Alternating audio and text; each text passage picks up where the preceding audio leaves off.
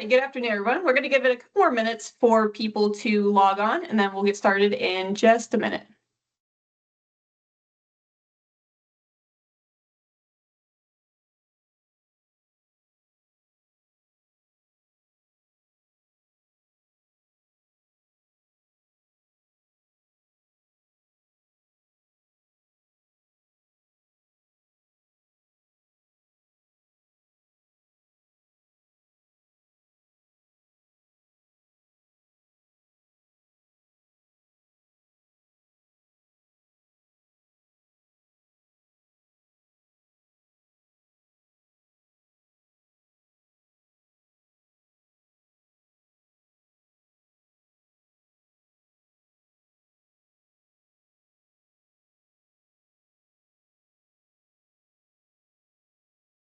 Let's see a few people trickling in, so I'll give it a couple more seconds.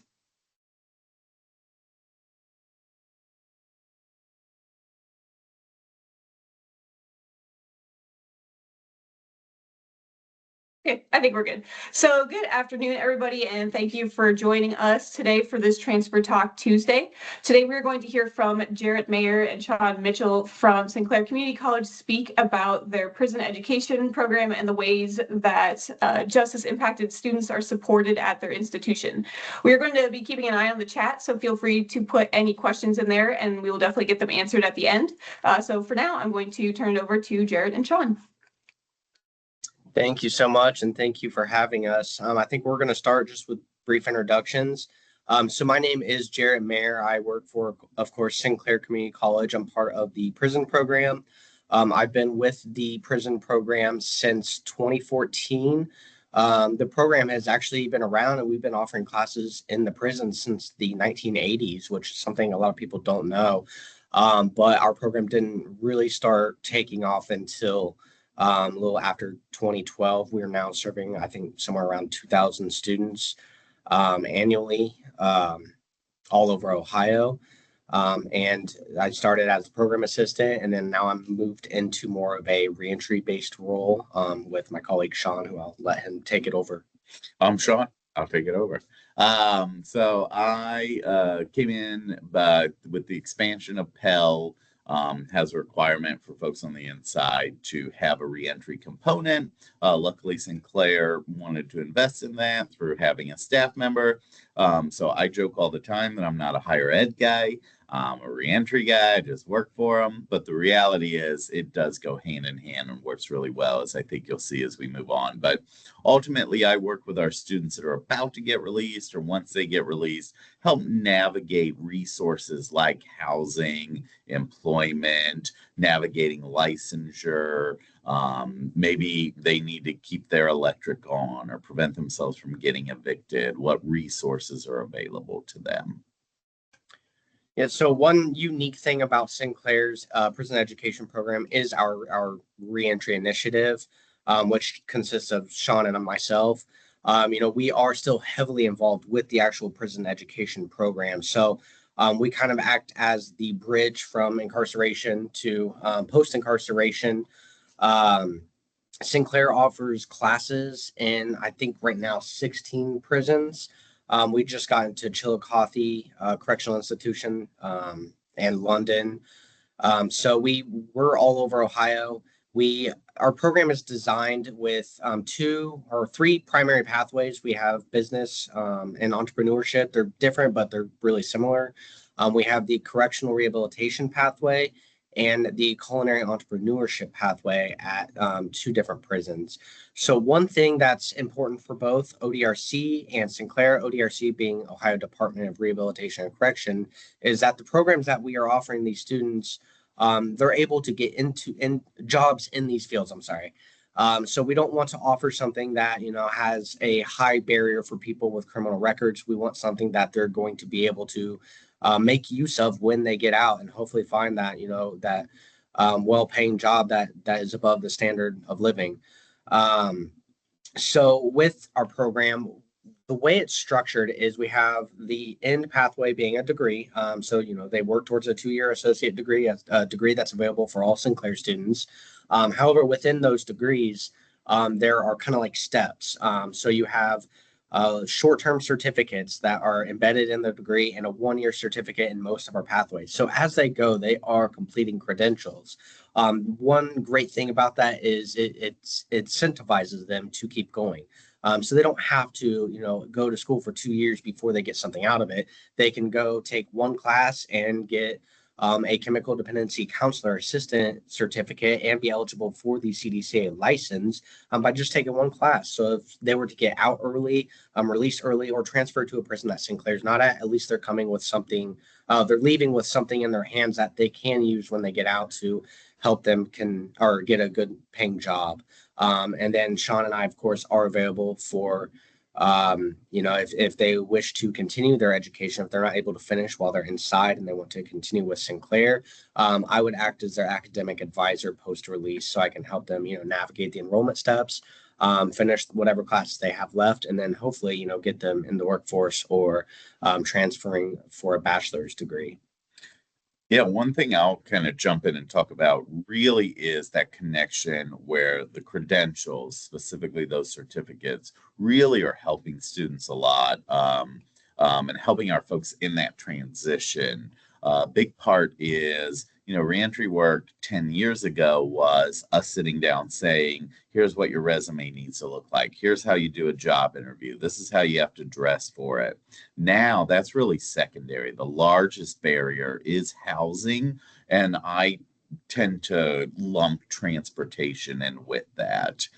So housing and transportation have moved up to the largest barrier. So with employment no longer being kind of the main goal, our folks really need a lot of help and support in navigating resources and what's available. One thing that is unique that we do have built in to the pathways is we have a criminal justice class, our CJS 1106. All students take it, and if combined with a customer service class that we have, they get a customer service certificate and a workforce readiness certificate. Both of those things are really huge when we start seeing, and we'll talk about a little bit later, things like the CQE, CAE, what those look like in Bean, and now there's a CQH, but those are things that are really unique to Ohio as something someone who is incarcerated can get to kind of clear up their record if they're not eligible for expungement or record sealing. But a big thing is the average person has no idea. The average housing provider, the average employer just doesn't know what those are. And so one of the things we see is that those credentials are kind of a universal language to say, hey, I didn't go into incarceration and just sit on my keister. I learned a little bit, I grew a little bit, and ultimately what came from it is I got these college credentials, or I got this college degree. And that's something that tends to be really universal. And we're seeing that those credentials are helping our students get housing, get into programs.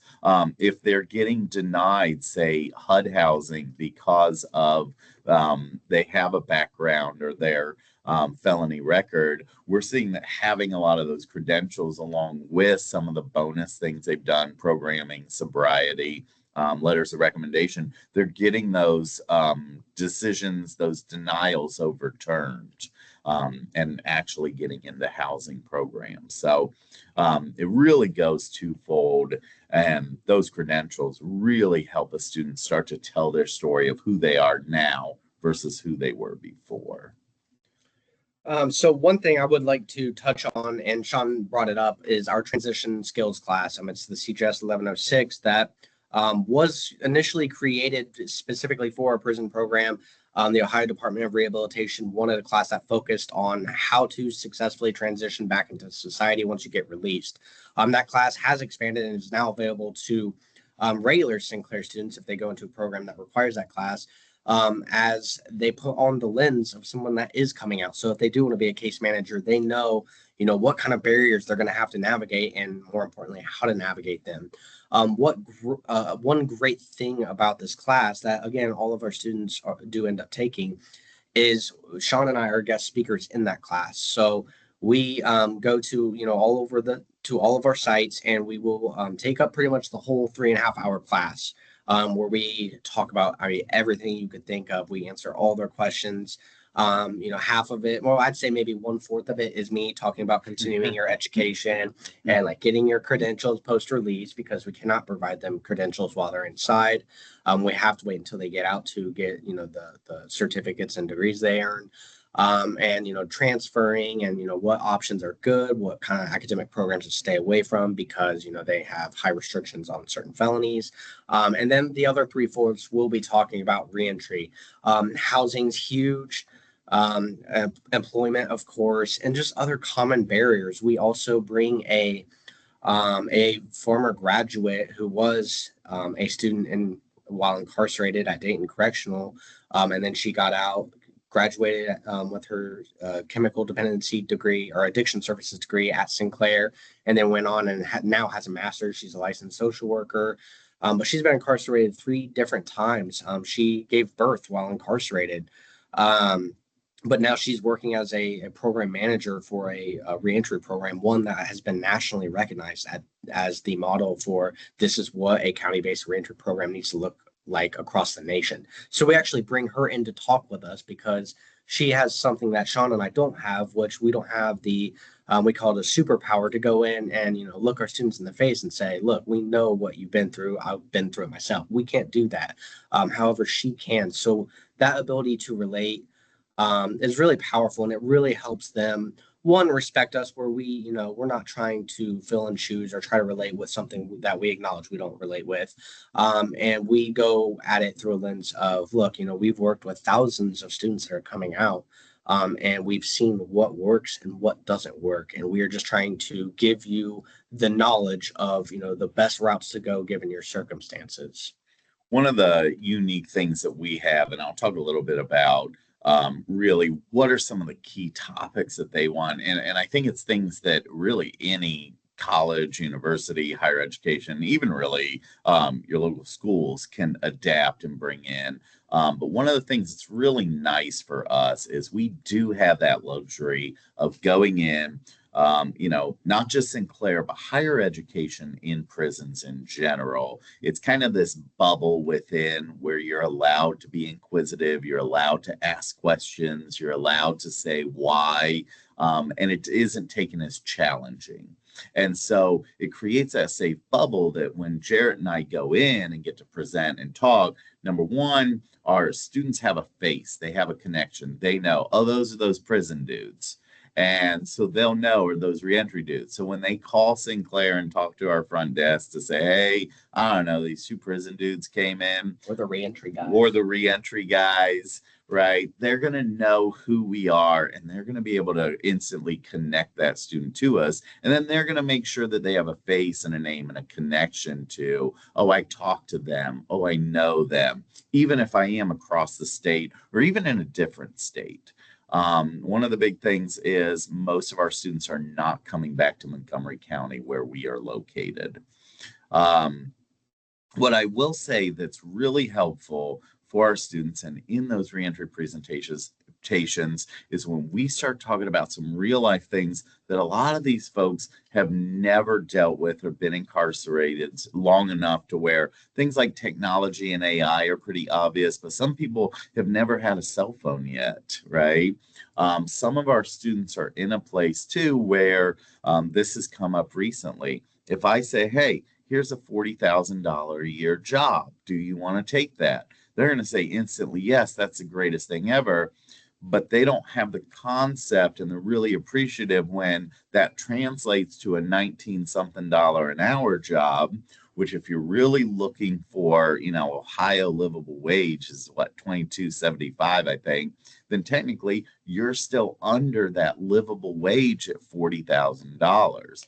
But just that translation of what is $40,000 in terms of an hourly wage, and then just having an idea of what hourly wage is worth going for or trying to achieve to have that stability and financial grasp and really things like that. So there's some financial management. It's learning about HUD housing and the different types and why Jarrett got accepted to that program, but I didn't, even though we were bunkies in the same place. Well, we're both dealing with very different things and very different backgrounds. So trying to kind of really balance out without getting too in the weeds. But sometimes just those simple, informational, let's sit down, don't be afraid to ask a question. I had one student ask recently about why even do a 401k or retirement, or why do we pay into that? What's the point of even having it? Because in her mind, she didn't necessarily understand Social Security and what happens as we get older and may not be as physically apt to maintain a 40-hour job, especially if we're in something that's physical. So just kind of being able to talk through those things are huge for our students. One other thing, excuse me, that I would like to touch on that we talk about a lot in these transition skills class, and then I want to transition to talk about a lot of the barriers that are unique to people that are coming out of the prisons for, any faculty or student support service people that are in this meeting. So one thing we talk about, and it's something that a lot of people don't consider on the outside, is how to tell your story. There's a lot of bias when it comes to, prisons and, felons. The word felony, the label felon itself, carries so much bad connotations with it. And a lot of what we do is one, trying to break that bias, but also preparing our students how to tell their story. Because, if the average person is looking on paper and they see, voluntary manslaughter, the word manslaughter itself is very scary. So they're picturing, something that is probably imagining something that is way worse than the charge itself is. You see, aggravated assault, that sounds very scary. So a lot of what we prepare our students for is to tell their stories, to be able to go to a potential employer or landlord and say, look, here's my past. I messed up. But, since then, since I've been incarcerated, I'm now, 10 years sober. I got away from that abusive ex and abusive family. I live in a completely different environment now. I went to college and I got a college degree. I did this kind of programming and this kind of programming. Tell them, take accountability for your past. Explain that you messed up and acknowledge that, and then show that you are taking a different direction in your life. You are trying. And that is kind of what we prepare them for. We encourage them to include like letters of explanation, and basically anytime they apply for a job or even apply for landlords, because the reality is in Ohio, if you have a violent felony, that violent felony is going to follow you for the rest of your life. So you're going to need to learn how to explain that when it comes up for those, important life things that could be impacted by it. And then Sean mentioned the CAE, CQE, and the CQH. What that is Certificate of Qualification Employability, Certificate of Achievement and Employability, and thank you, and Certificate of Qualification Housing or something like that. One's new. It's coming up. He'll talk about that. However, what this is it's basically an alternative to record sealing for Ohio, since you can't get most violent felonies expunged. One, it protects employers from negligent hiring, so it reduces some of that fear of hiring someone with a background. And two, if they're applying for like some kind of license, that would, just automatically deny them or reject them because of their record. The CQE prevents them from doing that, and it forces that application to be reviewed by a person. They can still reject it because of the charges, but they can't just automatically be rejected. Do you want to talk more about that? Yeah, so one of the big parts is this all builds up, tools in the tool belt. And that's kind of just like Jarrett said, how do we help you tell your story more and use those tools? So we're trying to coach our students that have these certificates to be able to take on those weights and kind of explain that to employers and to housing folks, because the CQH is new, Certificate for Qualification for Housing. That is based on the one for employment. The only added, you now have to do a ready to rent class, which is something that we as Sinclair invested to get trained in so that we can also teach our students ready to rent while they are incarcerated so that they can get that CAE, which is a little bit easier to get than the CQE, which you get on the outside.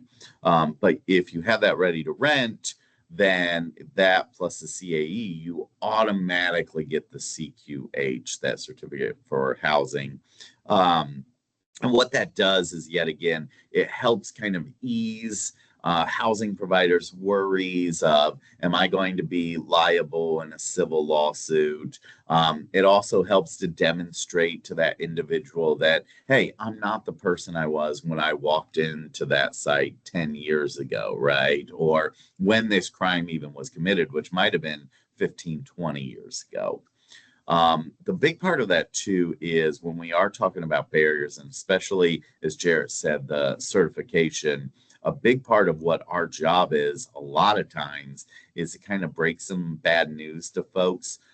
We do a lot of like career counseling in the sense of, because that felony or that background may be following you, it is going to put some limitations, some barriers.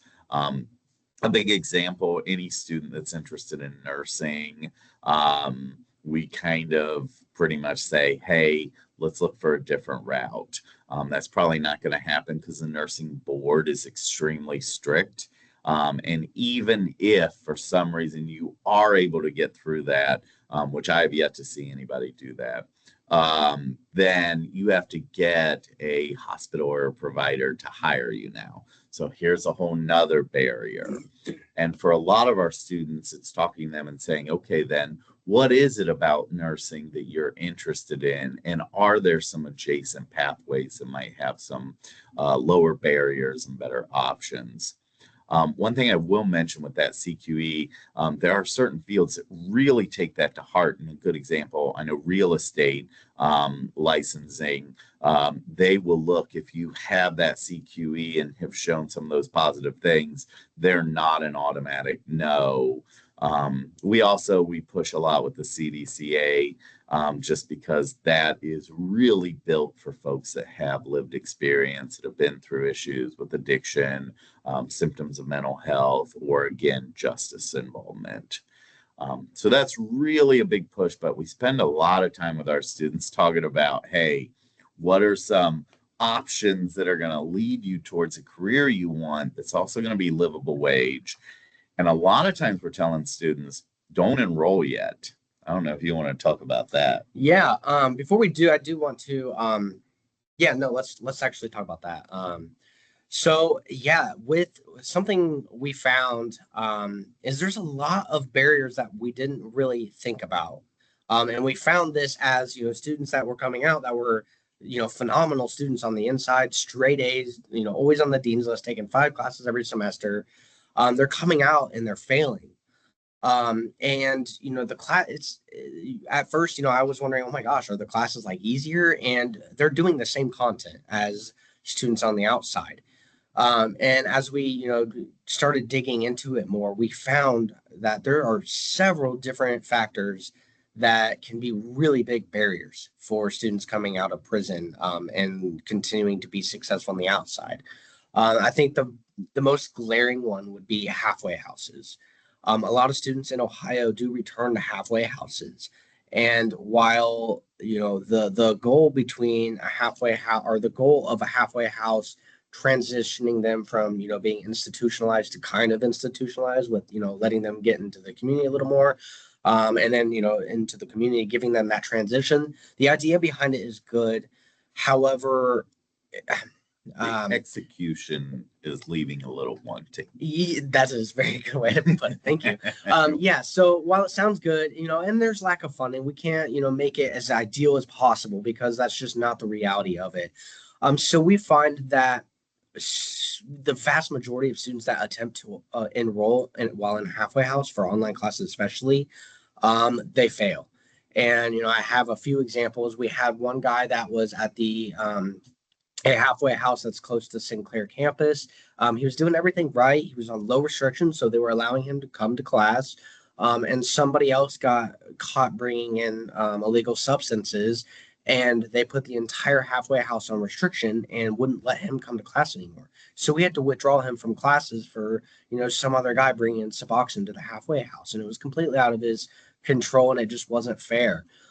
We had another situation where a gentleman, he was at a halfway house in Columbus, and he was doing online classes, but he was relying on the public computer lab at the halfway house because most halfway houses do not let you have your own personal laptop. So they have to rely on these, old computers with restricted internet access. You have to sign up and you get limited time each week, and it's restricted internet to be able to, log in and do all his coursework. He was doing it. He was barely making it. However, in the middle of the semester, there was a leadership change for that halfway house, and they restricted the access to the computer lab and other programming pretty significantly, to the point where he called me and he said he just can't keep up with the amount of access that he has to a computer.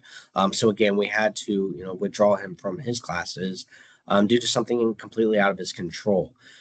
So really, if they're in a halfway house, we tell them just hold off. And let me clarify, a lot of them do go to a halfway house, a thing called transitional control. So most of them will end up going to a halfway house. Would you say most? Yeah. Yeah. Absolutely. Okay. And when they call and let us know, the first thing I ask, well, will they let you have your own personal laptop? 90% of the time, it's a no. There have been a few that have allowed them to, and it does seem to be heading in the right direction where we are, finding more being able to get that access.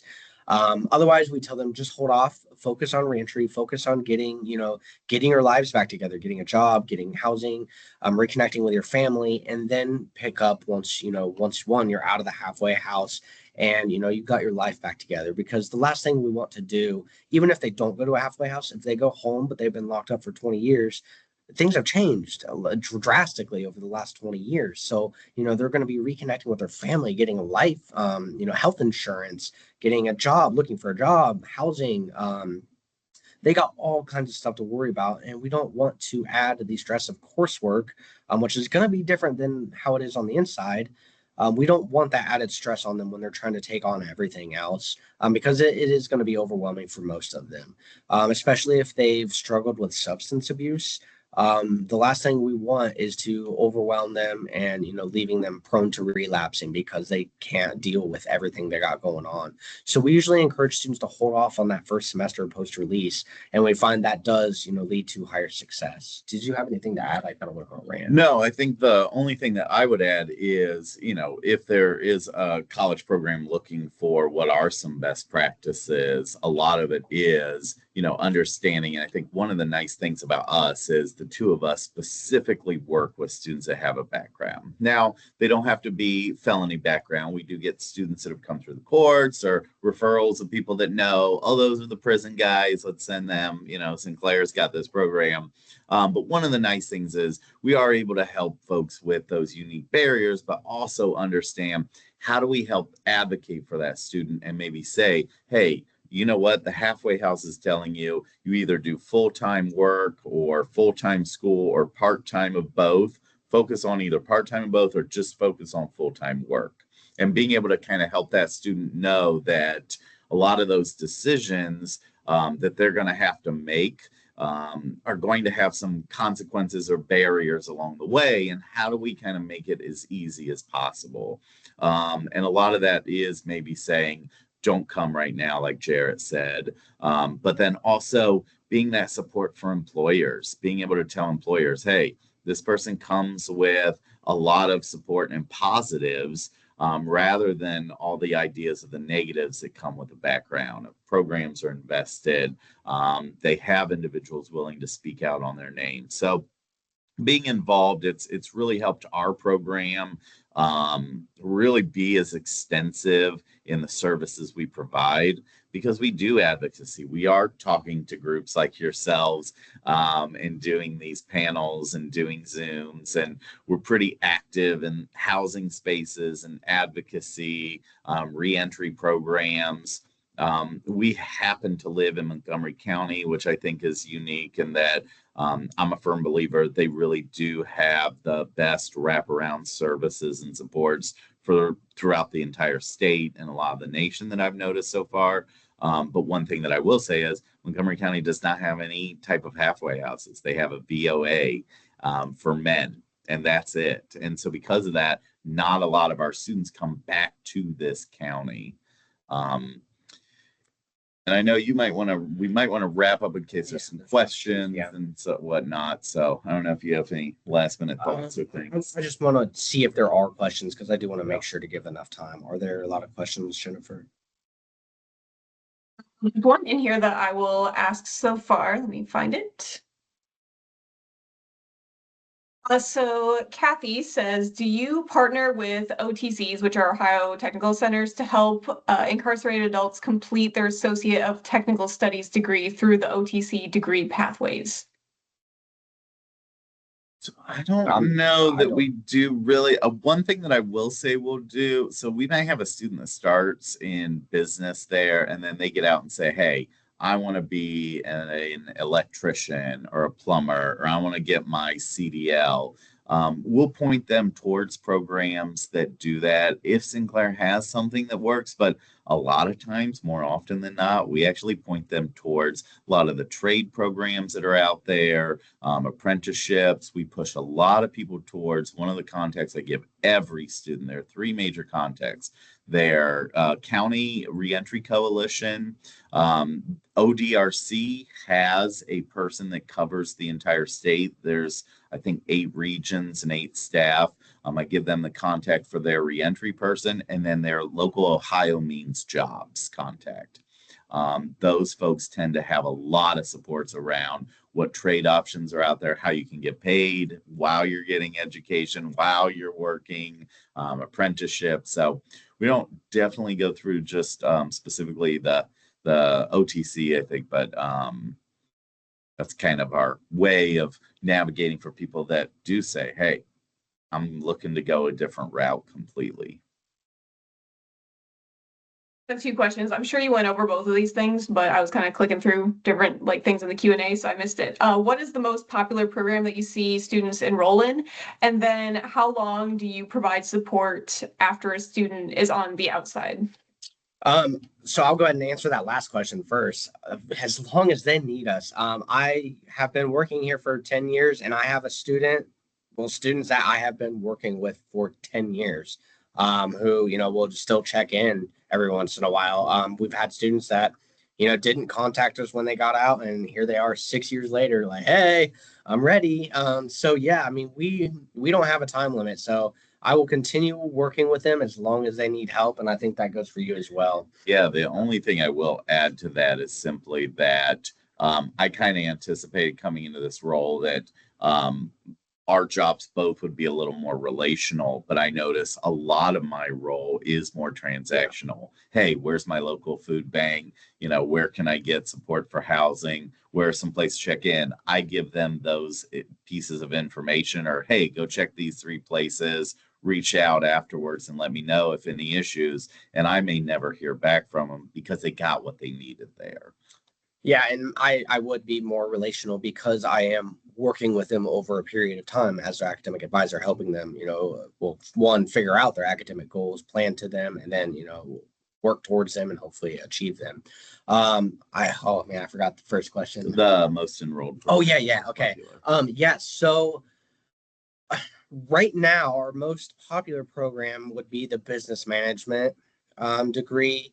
However, we did have a program, it was called the Community and Public Service, and that was the most popular.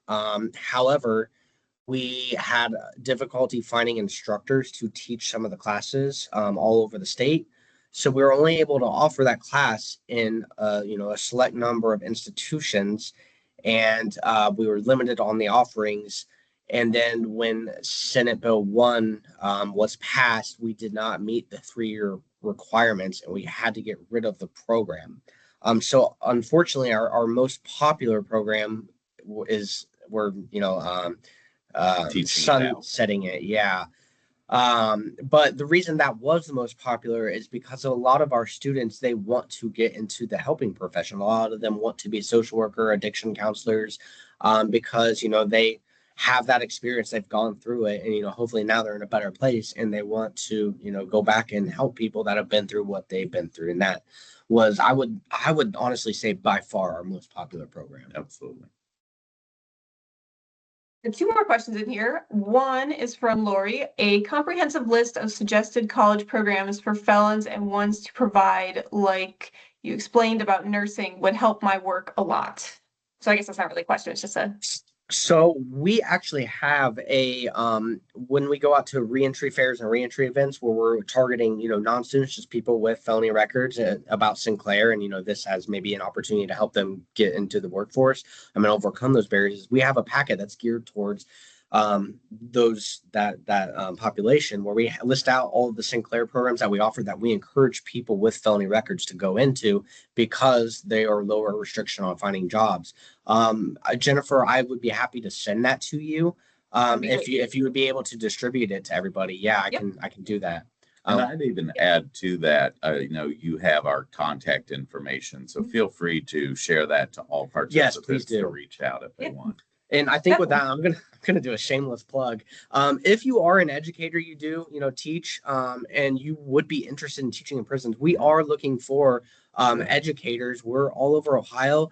I can tell you from personal experience, going in, and I've taught for classes that are on campus and in prisons. When I go to on-campus class, I get very little engagement. A lot of people on their laptops, on their phones, sleeping. The prisons is different. They all want to be there. They don't have phones to distract them, so they're very engaged, ask great questions. It is really the dream class of an educator. So you can reach out if anybody is interested in teaching. Well, before we're done here, I'm going to put our transfer email in the chat just so people can contact us, and then we can get you guys connected if we have anyone interested. One more question. Does the state help fund this program? Is Sinclair taking up most of the bill? So that's a good question. Ever since Pell got reestablished, that was really the game changer. The state did one of the really progressive things about Ohio, which was really nice, was back in 1994, President Clinton signed in the crime bill, which took away Pell access for anyone incarcerated. Ohio said, we still think education is important. We want to maintain it. So we as taxpayers kept that going, and it showed results. It was a positive thing. So one of the nice things is that when Pell came back into action, it really allowed expansion without all the hiccups. Or at least there were hiccups. There's always hiccups, but it was a little smoother transition than other states that have just gotten rid of everything this entire time.